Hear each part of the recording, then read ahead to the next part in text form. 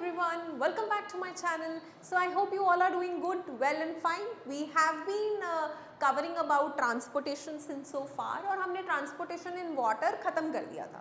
But today we'll begin with the next topic, that is transportation of food, and we'll try summing up. If not, I'll continue in the next video. Finally we will be finished with it and we'll be starting excretion very soon.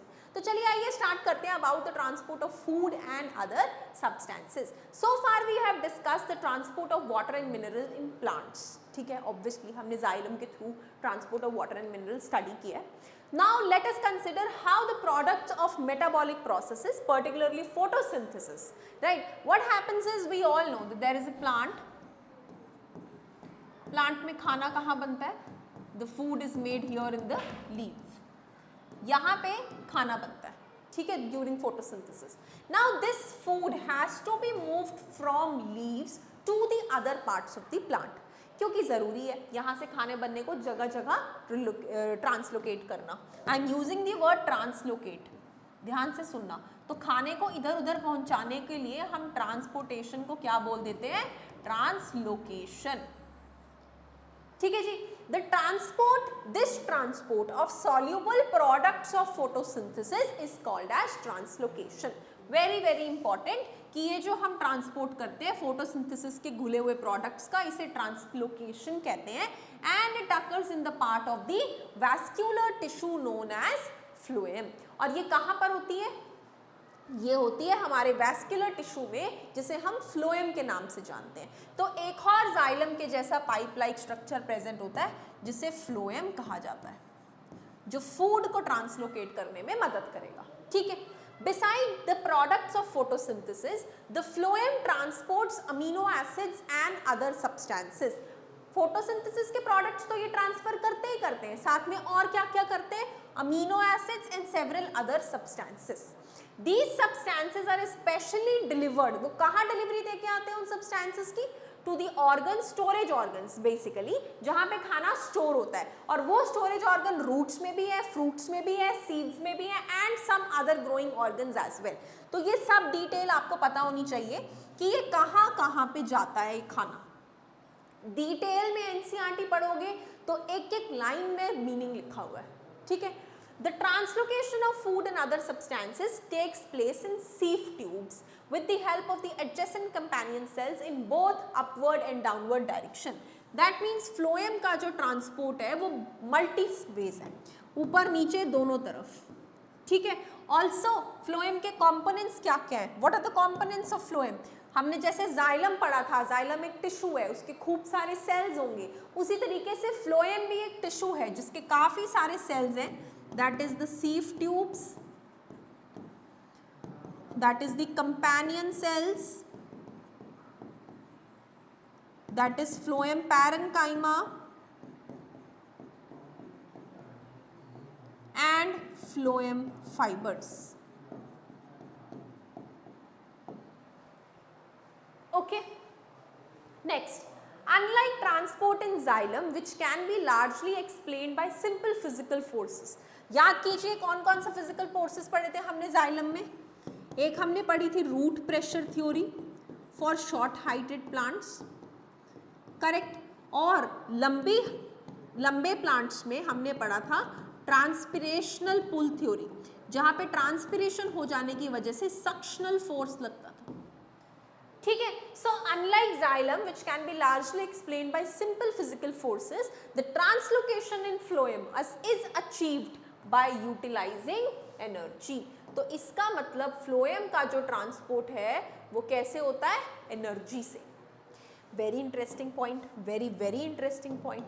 Xylem में तो हमने diffusion से काम चला दिया था, लेकिन यहाँ पे एनर्जी यूज होती है. सो फ्लोएम में ट्रांसपोर्ट एक active process, since energy utilize होती है. ठीक है. Materials like sucrose is transferred into the phloem tissue using energy from ATP. For example, this is the leaf. ये stem है and this is the leaf. और ये हमारा phloem tissue. Phloem tissue के outer पे present है companion cells. I am just doing a random diagram. यहाँ पे present है companion cell और यहाँ बन रहा है हमारा खाना. खाना को उन्होंने किस फॉर्म सुक्रोज, कार्बोहाइड्रेट ही होता है, sucrose is also form of carbohydrate, तो सुक्रोज की तरह खाना बना and this sucrose is transferred into the phloem tissue using energy from ATP. तो ये खाना लीफ से इस कंपेनियन सेल्स में आता है, किसकी मदद से? By utilization of ATP। तो मतलब लीफ से खाना फ्लोएम टिश्यू के अंदर ATP का यूज कर आता है, ठीक है। So by the use of ATP this increases the osmotic pressure of the tissue causing water also to move into it, ठीक है। so this pressure moves the material in the phloem to tissues which have less pressure। अब क्या होता है, इसके अंदर jump करने की वजह से ना ऑस्मोटिक प्रेशर टिश्यू का बढ़ जाता है, टिश्यू के अंदर का ऑस्मोटिक प्रेशर बढ़ जाता है, causing water to move into it। क्योंकि यहां से खाना चला गया तो इसके अंदर क्या चला गया? पानी, ठीक है। अब पानी के साथ साथ ये मटेरियल फ्लोएम से उस तरफ जाता है जहां पे प्रेशर कम है, प्रेशर कम है मतलब वहां खाना कम है, तो फ्लोएम के थ्रू ट्रांसपोर्ट हो गया, ठीक है। This allows phloem to move material according to plants needs. तो इनिशियली खाना लीफ से कंपेनियन सेल्स में आया एटीपी की मदद से, लेकिन फिर कंपेनियन सेल से वो सीव ट्यूब्स में जाता है। ये जो लंबे लंबे स्ट्रैंड्स है, these are nothing but sieve tubes, these are sieve tubes. Sieve tubes में ऑस्मोटिक प्रेशर जो है वो बढ़ जाता है और फिर वो उन एरियाज की तरफ खाने को ट्रांसपोर्ट करता है जहां पे लेस ऑस्मोटिक प्रेशर हो। तो अंदर का काम सारा ऑस्मोसिस से हो रहा है, ठीक है। ऑस्मोटिक प्रेशर का रोल आ गया, प्रेशर थ्योरी आ गई, लेकिन सिर्फ एटीपी की यूटिलाइजेशन कहाँ हुई थी? जब लीफ से हमने खाने को कंपेनियन सेल में जंप करवाया था, ठीक है जी। For example in the spring season में शुगर स्टोर्ड इन रूट और स्टेम टिश्यू, ठीक है। इन द स्प्रिंग शुगर जो स्टोर होती है रूट और स्टेम टिश्यू में, it would be transported to buds which need energy to grow। तो जब जो खाना हमारा रूट स्टेम में स्टोर्ड है वो उस दौरान बड्स के पास चला जाता है, क्योंकि उस दौरान बड्स को ग्रो करना होता है और एनर्जी डिमांड्स ज़्यादा है। तो खाना रूट और स्टेम से बड्स तक कैसे जाता है? With the help of phloem tissue.